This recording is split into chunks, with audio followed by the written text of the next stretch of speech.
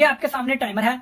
Timer के ऊपर दो तीन चीजें हैं। ये सामने सबसे पहले इसकी स्पेसिफिकेशन वगैरह, कितने वोल्ट पे ये ऑपरेट होगी, हर्ट्ज कितने होंगे, 45 से 60 हर्ट्ज है, मैक्सिमम एम्पेयर इसके 16 एम्पेयर पे ये ऑपरेट होगी। और ये तमाम चीजें। दूसरी साइड के ऊपर ये आपको एक छोटी सी ड्राइंग नजर आ रही है जिसके ऊपर कुछ नंबरिंग दी गई है, नंबर 1 2 3 8 और उसके साथ साथ 4 5 6 7। अब ये कनेक्शंस की बेसिकली ड्राइंग है इसके इलेक्ट्रिकल कनेक्शंस की। और उसके अलावा इसके अंदर एक पूरी वॉच है, इसके अंदर पूरी टाइमर है, इसके अंदर ये कुछ स्ट्रिप्स दी गई हैं ब्लू सी। ये आपके सामने कुछ ब्लू सी स्ट्रिप्स हैं। इसको हम किस तरीके से इसके ऊपर बाद में इसके कनेक्शंस के ऊपर बात कर लेते हैं। अब इसके कनेक्शंस आप सोच रहे होंगे कहां पे होंगे, तो आपने जस्ट ये आप देख रहे हैं, इसको लॉक को खोलना है, इसको आप इस तरीके से अप करेंगे तो ये आपका कवर खुल जाएगा।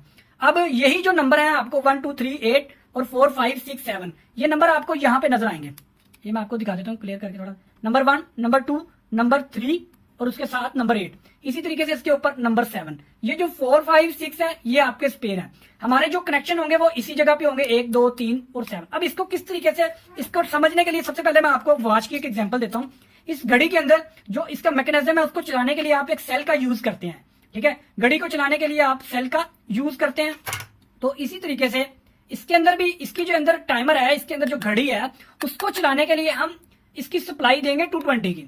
इसकी सप्लाई 220 के ऊपर इसका मैकेनिज्म है जो वॉच का वो ऑपरेट होगा, यानी कि न्यूट्रल और फेज। ये जो आपके सामने 8 और 7 नंबर है ना, ये बेसिकली आपकी ये एम जो लिखा हुआ है ये इसका मैकेनिज्म यानी कि वॉच का जो मैकेनिज्म है उसको ऑपरेट करेगा। ठीक है, अब जब वॉच का ऑपरेट कर देगा तो आपकी घड़ी इसके अंदर जो चलना शुरू हो जाएगी, वॉच चलना शुरू हो जाएगी। 8 पे आप फेज कनेक्ट करेंगे और 7 पे आप न्यूट्रल, यानी कि 8 नंबर पे आप फेज को कनेक्ट कर देंगे, 7 नंबर पे आप न्यूट्रल को कनेक्ट कर देंगे।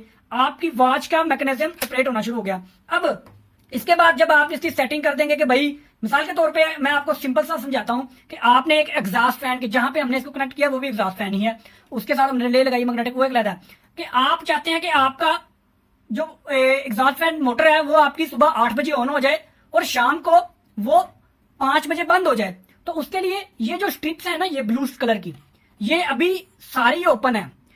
इसका क्या मतलब है कि वो आपकी मोटर ये 24 घंटे, ये आप देख रहे हैं इसके अंदर 24 घंटे हैं, 1 2 3 4 5 6 7 8 9, ये तमाम ये 24 घंटे हैं, 24 आवर्स हैं। तो ये जो एक स्ट्रिप है ये 30 मिनट की एक स्ट्रिप है।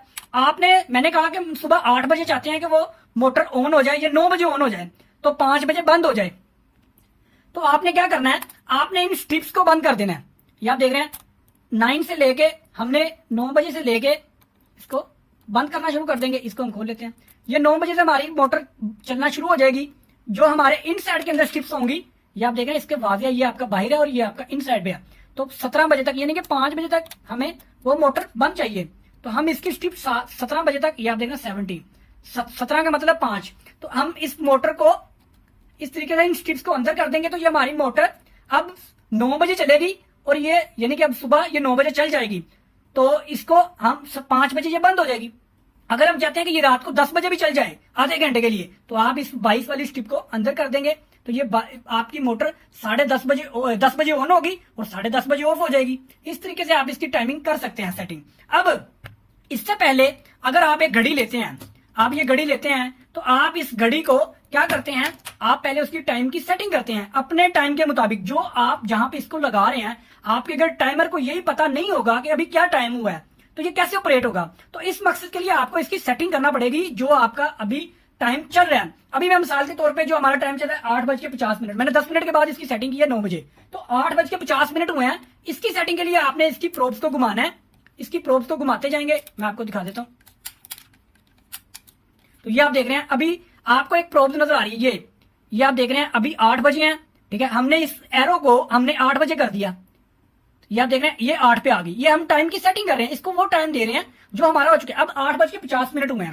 तो अभी मैं आपको दिखाता हूँ इसके मिनट्स कैसे। आप इसको घुमाना है, इसके अंदर आपको देख रहे हैं ये इन साइड के अंदर आपको 50 मिनट नजर आ रहा है। तो ये आप देख रहे हैं ये भी जब प्रोब पे आ जाएंगे 50 मिनट, इससे आगे 60 है, इससे आगे फिर 0, यानी कि 60 मिनट का आपका ओवर है।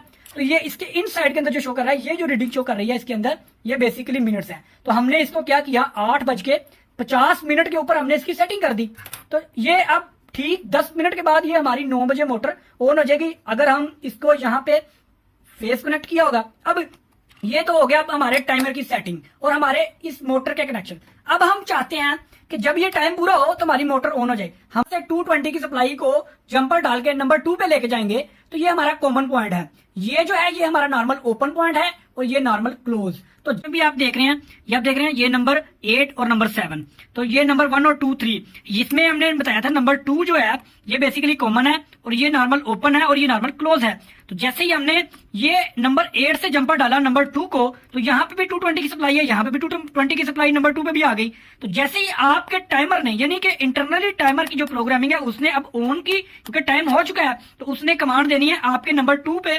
तो ये आप देख रहे हैं ये जो कॉन्टेक्ट होगा मेक हो जाएगा, यानी कि वो मोटर ऑन हो जाए। तो ये पहले ओपन होगा, तो जैसे ही 9 बजेंगे ये नंबर 3 पे आपकी सप्लाई आ जाएगी। तो इसी तरीके से मैंने समझाया है। जो जैसे ही हम इसको सेटिंग कर देते हैं कि भाई इसकी सेटिंग 9 बजे हमने कर दी, तो जब हमारी वॉच का टाइम पूरा होगा 9 बजे पे क्लॉक आएगा तो ये इंटरनली मेक हो जाएगा और ये जो सप्लाई होगी ना, यानी कि कॉमन पे, ये नॉर्मल ओपन पॉइंट को क्लोज कर देगी, नॉर्मल ओपन पॉइंट को क्लोज करेगी इसके इंटरनली, और जो सप्लाई की आउटपुट होगी वो हमारी इस पॉइंट से, यानी कि नंबर 3 के पॉइंट से वो हमें मिल जाएगी। तो हम इस पॉइंट से हम उसको रिले को ऑन कर लेंगे या मैग्नेटिक कॉन्टेक्टर को ऑन कर लेंगे या डायरेक्ट आपकी लाइट भी हो सकती है, उससे हम इस पॉइंट से ऑन कर लेंगे। तो ये जो पॉइंट हो गया ये हमारा नॉर्मली क्लोज हो गया, यानी कि जब आपका ये क्लोज होगा, आपका बल्ब ऑन होगा, तो ये पॉइंट पे अगर आप किसी चीज को ऑन करेंगे तो वो बंद होगी। तो जैसे ही आपकी ये चीज बंद होगी तो ये ऑन हो जाएगी, नंबर 1 वाली ऑन हो जाएगी। तो अगर आप चाहते हैं कोई ऐसी, मिसाल के तौर पे आप चाहते हैं कि एक जगह पे एक फ्रेश एयर फैन लगा हुआ है, साथ में आपका AHU लगा हुआ है, तो आप चाहते हैं कि जब आपका AHU